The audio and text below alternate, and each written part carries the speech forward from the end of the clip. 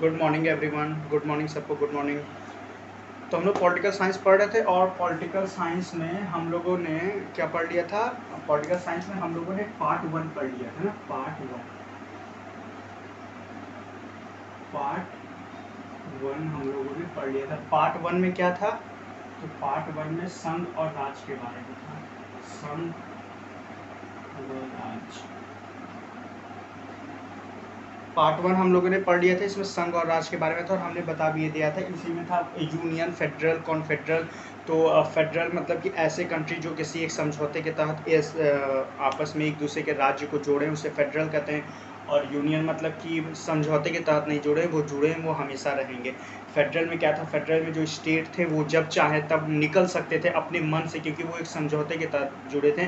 इससे जो फेडरल के जितने भी कंट्री के जो अपने अपने राज्य थे, उन सब का अपना अपना अलग एक फ्लैग था और अपना एक अलग क्या था, संविधान था। और जो यूनियन के तहत, जैसे भारत के जो स्टेट थे वो यूनियन के तहत जुड़े थे, तो उनका अपना केवल एक कंट्री का फ्लैग था। मतलब कि किसी स्टेट का इंडिविजुअल फ्लैग नहीं था। जैसे हम लोग में भी देखें तो क्या यूपी का कोई फ्लैग है? मध्य प्रदेश का कोई फ्लैग है? गुजरात का कोई फ्लैग है? नहीं है फ्लैग। कोई संविधान अलग है? नहीं है। एक ही संविधान है जो पूरे भारत में चलता है, जो कि पूरे भारत में। लेकिन अमेरिका में ऐसा नहीं है। अमेरिका में जो है, एक अमेरिका का तो संविधान है, बट अमेरिका के अंदर जो उसके 5 स्टेट हैं उनका एक अलग अलग क्या है, संविधान है। तो ये सब हम लोग पढ़ लेते हैं, आर्टिकल 1 to 4। आज हम लोग को पढ़ना है सिटीजनशिप। सिटीजनशिप को बोलते हैं नागरिकता। आज हम लोग को पढ़ना है भाग 2, पार्ट 2, भाग 2। क्या है ये? तो ये है सिटीजनशिप। सिटीजनशिप यानी कि नागरिक।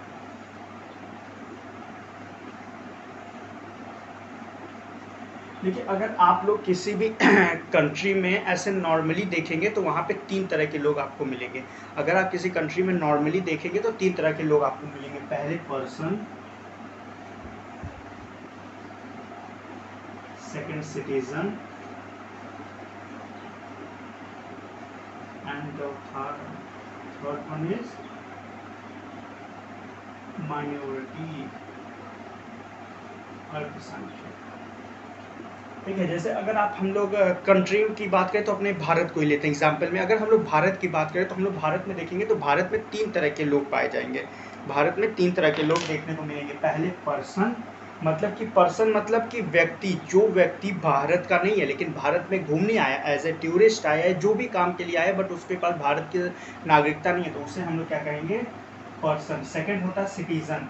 सिटीजन यानी जिसके पास प्रॉपर नागरिकता है, जो कि भारत का नागरिक है, जो कि भारत के हर उस काम में अपना योगदान देगा, वर्क करेगा जो कि हर लोग करते हैं, तो वो होते हैं सिटीजन। सिटीजन्स क्या होते हैं? सिटीजन यानी नागरिक। तो भारत में दूसरा कौन है? नागरिक यानी सिटीजन। थर्ड वो कहते हैं माइनॉरिटी। माइनॉरिटी मतलब अल्पसंख्यक, मतलब जिनकी संख्याएं कम होती हैं उनको बोलते हैं माइनॉरिटी यानी अल्पसंख्यक। तो ये आप मत समझिएगा कि माइनॉरिटी भी एक अलग पार्ट है, नहीं, माइनॉरिटी भी सिटीजनशिप में ही आते हैं। सिटीजन होते हैं, माइनॉरिटी भी क्या होते हैं, ये भी किसी कंट्री के सिटीजन होते हैं, बट इनकी संख्या कम होने के कारण हम लोग इनको एक अलग नाम दे देते हैं, माइनॉरिटी यानी कि अल्पसंख्यक। ठीक है। तो ये टोटल कितने तरह के लोग रहते हैं? टोटल 3 तरह के लोग रहते हैं। अब देखिए, इसमें क्या है कि सिटीजन की बात करें तो सिटीजन होता क्या है? पहले क्वेश्चन आता है मन में, व्हाट इज सिटीजन। देखिए, सिटीजनशिप होता क्या है, सिटीजन क्या होता है? तो सिटीजन यानी नागरिक, सिटीजनशिप यानी नागरिकता। तो सिटीजनशिप क्या होता है? सिटीजनशिप क्या होता है? सिटीजनशिप एक तरह का प्रमाण पत्र है, यानी एक तरह का एक आईडी है, आइडेंटिफिकेशन है, एक आइडेंटिटी है आपकी कि आप उस देश के नागरिक हो कि नहीं हो। तो अगर आप उस देश के नागरिक हो तो वो देश आपको एक आइडेंटिटी देता है, उसी को कहते हैं citizenship. So citizenship is a proof. Citizenship is a proof, or you can say that citizenship is a certificate which certify that you are the citizen of that country. तो citizenship क्या होता है? ये एक तरह का प्रूफ रहता है, सर्टिफिकेट रहता है, जो ये सर्टिफाई करता है कि आप उस देश के क्या हो, नागरिक हो। तो यही होता है क्या, सिटीजनशिप। ये होता है सिटीजनशिप। सबसे पहले वर्ड सिटीजनशिप का यूज किसने किया था? द वर्ड सिटीजनशिप, यानी कि सबसे पहले सिटीजनशिप शब्द का यूज किसने किया था? तो अरस्तु ने किया था। किसने? अरस्तु ने सबसे पहले वर्ड सिटीजनशिप का क्या किया था, यूज किया था। तो सिटीजनशिप क्या होता है कि एक प्रूफ है, मतलब एक सर्टिफिकेट है जो ये सर्टिफाई करता है कि आप उस देश के क्या हो, नागरिक हो। इसका एग्जांपल हो गया जैसे वोटर आईडी हो गया, हमारा आधार कार्ड हो गया, पैन कार्ड हो गया, फिर आप जिस जगह रह रहे हैं वहाँ का डोमिसाइल सर्टिफिकेट हो गया। तो ये सब चीज़ें किस में आती है, ये सब चीज़ें सिटीजनशिप में आती है। और जो अभी CAA NRC वगैरह आया है उसमें भी क्या मांगा जाता था, उसमें भी सिर्फ यही मांगा जाता था कि आपके सिटीजनशिप का कोई प्रूफ, आपका Aadhaar card, date of birth होगा, date of birth card, domicile certificate, तो यही सब मांगा जाता है। वोटर आईडी आपका, पैन कार्ड, तो ये सब क्या है, सिटीजनशिप है। ये सब क्या है, ये सब प्रूफ है कि yes you are the citizen of that country या you are the citizen of India. तो ये हो गया सिटीजन। अब देखिए सिटीजनशिप में हम लोग पढ़ेंगे तो इसमें इसमें भी कई आर्टिकल, जैसे आर्टिकल 5, ठीक है, इसमें भी कई आर्टिकल आते हैं। आर्टिकल 5 से लेके 11 तक आते हैं। इसमें भी आर्टिकल 5 से लेके 11 तक आता है और हर आर्टिकल कुछ ना कुछ करता है जो कि बहुत इंपॉर्टेंट है हम लोग को समझना। तो हम लोग चलिए स्टार्ट करते हैं आर्टिकल, ठीक है। देखिए जो पॉलिटिकल साइंस है उसमें मेनली आर्टिकल है, उसमें क्या है, पॉलिटिकल साइंस में हर चीज़ है, हर चीज़ आपको बताइए कि नागरिकता, आपका मौलिक अधिकार, आपकी मौलिक ड्यूटी क्या, आपका कर्तव्य क्या है, इलेक्शन कैसे होता है, गवर्नमेंट कैसे बनती है, लोकसभा क्या है, राज्यसभा क्या, हर चीज़ है। बट इस हर चीज़ को एक आर्टिकल के दायरे में रख के बनाया गया है, इसीलिए हम सबको आर्टिकल पढ़ना बहुत ज़रूरी है।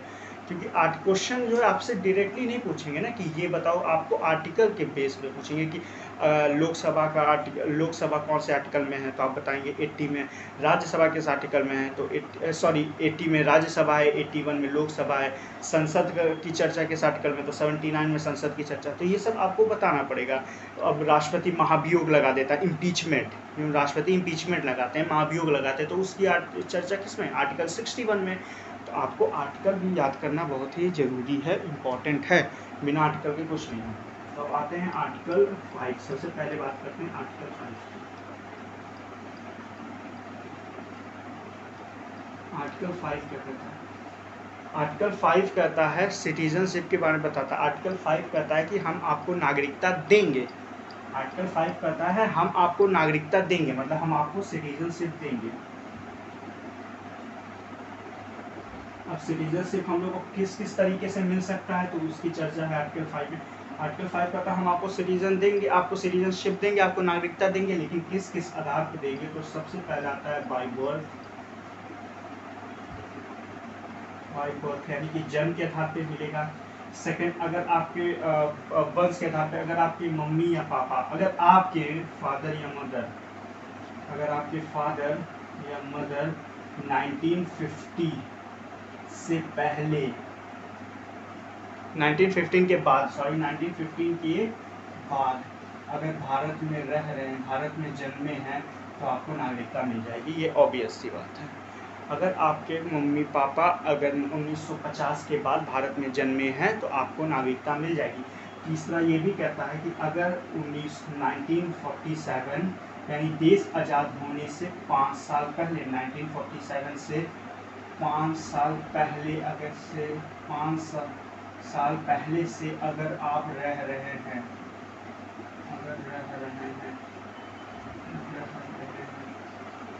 अगर 1947 यानी 1947 में हमारा देश आज़ाद हुआ तो उसके 5 साल पहले से, यानी कि 41-42 से ही आप रह रहे हैं, तो आपको नागरिकता क्या होगी, मिल जाएगी। तो ये होता है सिटीजन। तो आर्टिकल 5 क्या बताता है कि आपको किस तरीके से सिटीजनशिप मिलेगी। बाय बर्थ, जन्म के आधार पे, अगर आप भारत में जन्मे तो आपको सिटीजनशिप मिल गया। फादर और मदर 1950 के बाद अगर भारत में जन्मे तो सिटीजनशिप मिल गया। अगर 1947 से पहले 5 साल पहले से आप भारत में रह रहे हैं तो आपको क्या हो गया, नागरिकता मिल जाएगी। तो ये बोलता है आर्टिकल 5। अब बात करते हैं आर्टिकल 6 की। आर्टिकल 6 क्या कहता है, आर्टिकल 6 कहता है पाकिस्तान से आए लोगों को नागरिकता। आर्टिकल 6 कहता है जो पाकिस्तान से लोग आए हैं उनको भी हम नागरिकता देंगे, उनका भी मोस्ट वेलकम है, उनका भी स्वागत है। आर्टिकल 6 कहता है कि जो लोग पाक रिटर्न पाकिस्तान से आए हैं हम उनको भी नागरिकता मिलेगा, उनको भी क्या क्या मिलेगा, नागरिकता मिलेगा। तो इसमें एक परमिट लगा दिया गया। इसमें क्या किया गया, सरकार ने एक परमिट लगा दिया 19 जुलाई 1947। तो 19 जुलाई 1947 को एक परमिट लगा दिया गया और इस परमिट के तहत बोला क्या गया कि इस परमिट के तहत बोला गया कि अगर कोई व्यक्ति 19 जुलाई 1947 से पहले ही अगर भारत में आ गया है तो उसको तो नागरिकता मिल जाएगी आराम से। बट अगर 19 जुलाई 1947 के बाद कोई पाकिस्तान का व्यक्ति वो भारत में आना चाहता है, वो भारत में आया है, तो उसको एक रजिस्ट्रेशन फॉर्म फिलअप करना पड़ेगा, और वो रजिस्ट्रेशन फॉर्म फिलअप करने के बाद 6 मंथ तक रहना पड़ेगा, और फिर जब उसका रजिस्ट्रेशन फॉर्म क्लियर हो जाएगा फिर उसको कम से कम 5 साल या ज़्यादा से ज़्यादा 7 साल रहना पड़ेगा, तब जाके उसको नागरिकता यानी सिटीजनशिप मिलेगी। तो यानी कि आर्टिकल 6 कहता है कि पाकिस्तान से आए लोगों को भी नागरिकता हम देंगे, नो डाउट हम उन्हें देंगे, बट क्या है कि उनको पहले पाकिस्तान की नागरिकता को ऑफिशियली ठुकराना पड़ेगा, ऑफिशियली छोड़ना पड़ेगा। अगर वो पाकिस्तान की नागरिकता को ऑफिशियली छोड़ देते हैं तो फिर हम उनको क्या कर लेंगे, एक्सेप्ट कर लेंगे। तो वही परमिट लगा दिया गया कि अगर 19 जुलाई से जब ये परमिट लगा तो 2 तरह के लोग हो गए, एक जो 19 जुलाई से पहले का आए हैं, बिफोर जो पहले का आ गए हैं, एक जो 19 जुलाई से पहले आ गए तो उनके लिए तो कोई काम ही नहीं, उनको तो आराम से मिल जाएगा। और सेकंड जो उसके बाद आए 19 जुलाई के बाद, तो उनको क्या होगा, तो उनको पूरा पेपर वर्क करके उनको एंट्री मिलेगी भारत में, entry in the sense citizenship में उनको एंट्री मिलेगी। तो उनको क्या करना पड़ेगा, उनको पहले तो जहाँ से वो पाकिस्तान से आए तो वहाँ की ऑफिशियली नागरिकता उनको ठुकरानी पड़ेगी, छोड़नी पड़ेगी, रिलीज़ करनी पड़ेगी। उसके बाद वो 19 जुलाई 1947 के परमिट के अनुसार उनको 6 महीने का एक रजिस्ट्रेशन फॉर्म भरना पड़ेगा। उनके बाद उनको कम से कम 5 साल तक रहना पड़ेगा, तभी जाकर उनको भारत की नागरिकता मिलेगी, अदरवाइज नहीं मिलेगी। तो ये आर्टिकल 5 हो गया, ये आर्टिकल 6 हो गया, ठीक है। अब आर्टिकल 7 की बात करते हैं। आर्टिकल 7 क्या कहता है? आर्टिकल 7 कहता है पाकिस्तान से, देखिए आर्टिकल 6 कहता है पाकिस्तान से भारत आए लोगों को नागरिकता। आर्टिकल 7 क्या कहता है? आर्टिकल 7 कहता है कि जो 1947 विभाजन के बाद, 1947 पार्टीशन के बाद अगर जो व्यक्ति पाकिस्तान चला गया बट उसको फिर बाद में पता चला यार हम तो गलत जगह आ गए हैं, हम यहाँ नहीं सर्वाइव कर पाएंगे, और फिर वो वापस आना चाहता हो भारत, तो वो आ सकता है, मोस्ट वेलकम है, तो वो वापस क्या कर सकता, आ सकता। तो आर्टिकल 7 में यही प्रावधान है कि अगर विभाजन के बाद कुछ लोग जो है उत्साह में या फिर एक्साइटमेंट में पाकिस्तान चले गए, बाद में उनको पता चल गया पाकिस्तान कैसा है, उनको पता चल गया हम यहाँ भाई सर्वाइव नहीं कर सकते क्योंकि हम इनके जैसा नहीं बन सकते, तो उन्हें वापस भारत आना है, तो वो वापस भारत आए, उनका मोस्ट वेलकम है, हम लोग उनको नागरिकता मिल जाएगी। तो उनको नागरिकता के लिए क्या करना पड़ेगा, उनको नागरिकता के लिए वही सेम प्रोसेस जो यहाँ पे वो वापस आए, उसके बाद वो एक 6 मंथ का रजिस्ट्रेशन फॉर्म भरे, और उनका रजिस्ट्रेशन फॉर्म 6 मंथ का भरने के बाद उनको कम से कम 5 ईयर एंड ज़्यादा से ज़्यादा 7 साल उनको रहना पड़ेगा, ज़्यादा से ज़्यादा उनको 7 साल रहना पड़ेगा भारत में, तब जाके उनको क्या मिलेगी, उनको तब जाके नागरिकता मिल जाएगी। तो ये क्या कहता है, आर्टिकल 7 कहता है। तो आर्टिकल 5 आपको सिटीजनशिप बताता है कैसे कैसे मिलेगा, बर्थ के आधार पर, अगर फादर मदर 1950 के बाद हैं तो मिल जाएगा, या फिर 1947 से पहले अगर 5 साल पहले से आप रह रहे हैं तो मिल जाएगा। आर्टिकल 6 बताया पाकिस्तान से जो लोग वापस आए, जैसे आसाराम बापू क्या थे, तो पाकिस्तान से वापस आए तो उनको नागरिकता मिल गई। उसी तरह आर्टिकल 6 कहता है पाकिस्तान रिटर्न वालों को भी नागरिकता मिल जाएगी। इसमें एक परमिट लगा दिया गया 19 जुलाई 1947 को कि अगर ये परमिट से पहले का कोई भारत आया तो ठीक है, उसको तो नागरिकता मिल जाएगी ऐसे ही, बट जो ये परमिट के बाद भारत आए हैं उनको क्या करना पड़ेगा, पूरा प्रोसीजर करना पड़ेगा, उनको 6 मंथ का एक रजिस्ट्रेशन फॉर्म भरना पड़ेगा, एंड देन उनको कम से कम 5 ईयर या ज़्यादा से ज़्यादा 7 साल रहना पड़ेगा, तब जाके उनको नागरिकता मिल जाएगी। ठीक है, अब आर्टिकल 8 की बात करते हैं। आर्टिकल 8 क्या कहता है? आर्टिकल 8 कहता है कि अगर कोई बच्चा विदेश में जन्म लिया है, बर्थ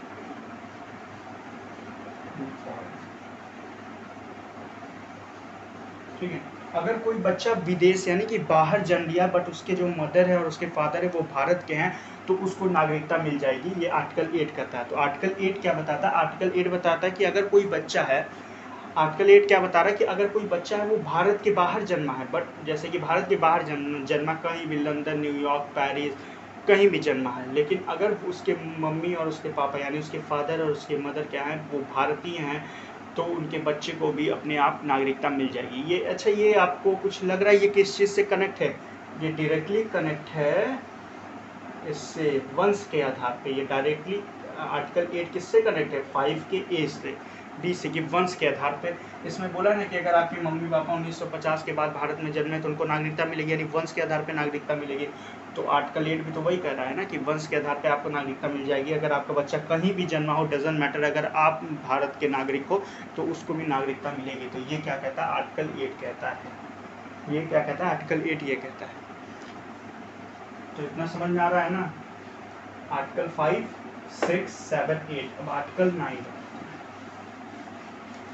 आर्टिकल 9 देखिए, ये जो हम आपको बता रहे हैं ये सब चीज़ें सबको मालूम है कि कैसे कैसे नागरिकता मिलेगा कैसे नहीं, बट यही है कि इसमें आर्टिकल का यूज़ किया गया है। और जब भी क्वेश्चन पॉलिटिकल साइंस से बनते हैं तो वो आपको डायरेक्टली ऐसा थोड़ी ना पूछेगा कि भारत की आपको नागरिकता चाहिए तो आपको क्या क्या करना पड़ेगा। अरे बच्चा बच्चा जानता है भाई, जन्म ले लो नागरिकता मिल जाएगी, मम्मी पापा भारत के हैं तो भारतीय की नागरिकता मिल जाएगी, वो बात नहीं है। लेकिन ये चीज़ों को ये क्या करता है, आर्टिकल बेस पे पूछ लेता है ना, कि जैसे आर्टिकल 8 का प्रावधान क्या है बताइए।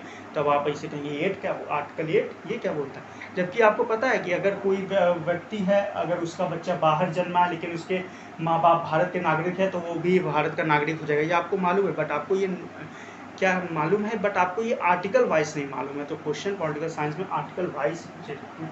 अब आता है आर्टिकल 9। देखिए हम आपको हर एक आर्टिकल बताएंगे, आर्टिकल 1 से शुरू किए 9 पहुँचे, हम आपको हर एक आर्टिकल, आर्टिकल 3, 9, 5 हर एक आर्टिकल बताएंगे। अब डिसाइड आपको करना है कि इसमें कौन आर्टिकल आपकी यूजफुल है और कौन आपके लायक नहीं है। हमने तो क्या है, तो पूरा बताएंगे आपको। आर्टिकल 9, आर्टिकल 9 क्या कहता है। आर्टिकल 9 जो आर्टिकल 8 कहता है, 9 उसी का उल्टा कहता है।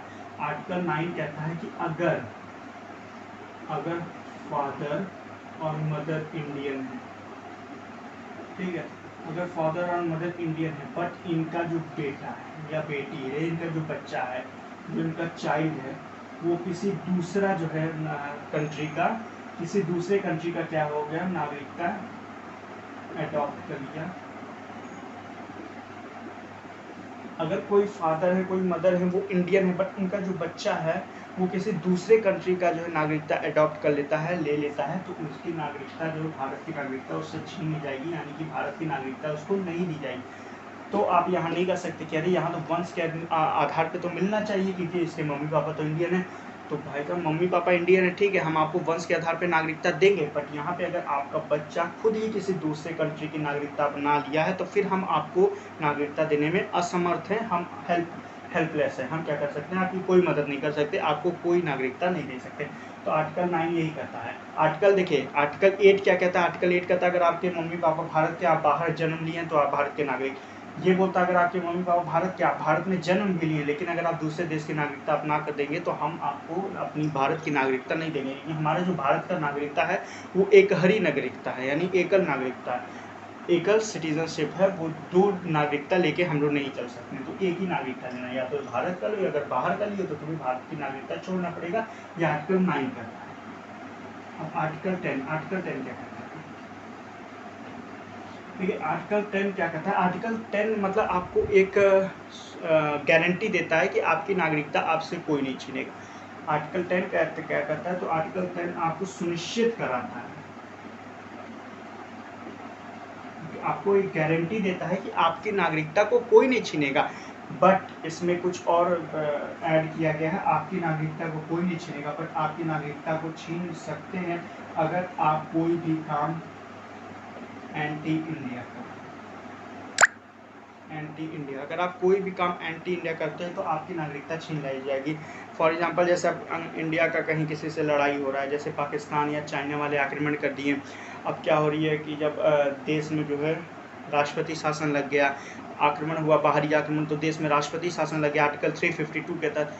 अब आप लोग उसमें राष्ट्रपति शासन में रहता है क्या कि आप लोग अपने घर पे रहिए, आप लोग कुछ काम नहीं कर सकते, कोई काम धंधे पे नहीं जा सकते, अगर ज़रूरत पड़े तो आपको भी बॉर्डर पे भेज दिया जा सकता है, कोई नारेबाजी नहीं कर सकते, कोई प्रचार प्रसार नहीं कर सकते, मतलब आचार संहिता जैसे लगता है उस टाइप का लग जाता है। तो अब उसी में आप चले गए, झंडा फहराने लगे कि पाकिस्तान का, चाइना का, कि चाइना को जितवाओ, चाइना के साथ गलत हो रहा है, इंडिया गलत कर रहा है। तो वहीं पे आपके आर्टिकल 10 तो कर, ठीक है, आपको गारंटी देते हैं कि आपकी नागरिकता कोई नहीं छीनेगा, बट आपकी नागरिकता छीनने के लिए आपकी जिम्मेदार कौन है, आप खुद ही जिम्मेदार है। आपकी नागरिकता छीन ली जाएगी अगर आप कोई भी इंडिया के विरुद्ध काम करते हो, और आपकी की नागरिकता छीन के आपको जेल में डाल दिया जाएगा अंडमान और निकोबार में। अंडमान निकोबार में जैसे पहले सेलुलर जेल नहीं था जो ब्रिटिश लोग भेजते थे काला पानी की सज़ा, तो वहाँ पे भेज दिया जाता है।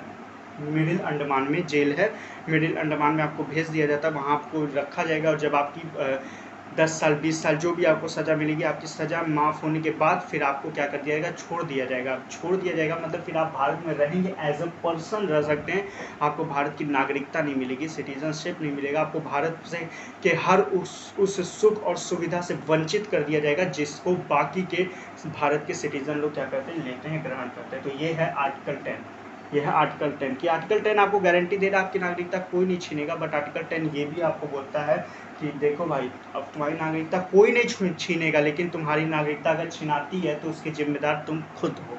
ये कौन है, आर्टिकल 10 है। अब आर्टिकल 11 आता है। आर्टिकल 11 कहता है कि संसद यानी कि पार्लियामेंट, संसद और होम मिनिस्टर, गृह मंत्रालय,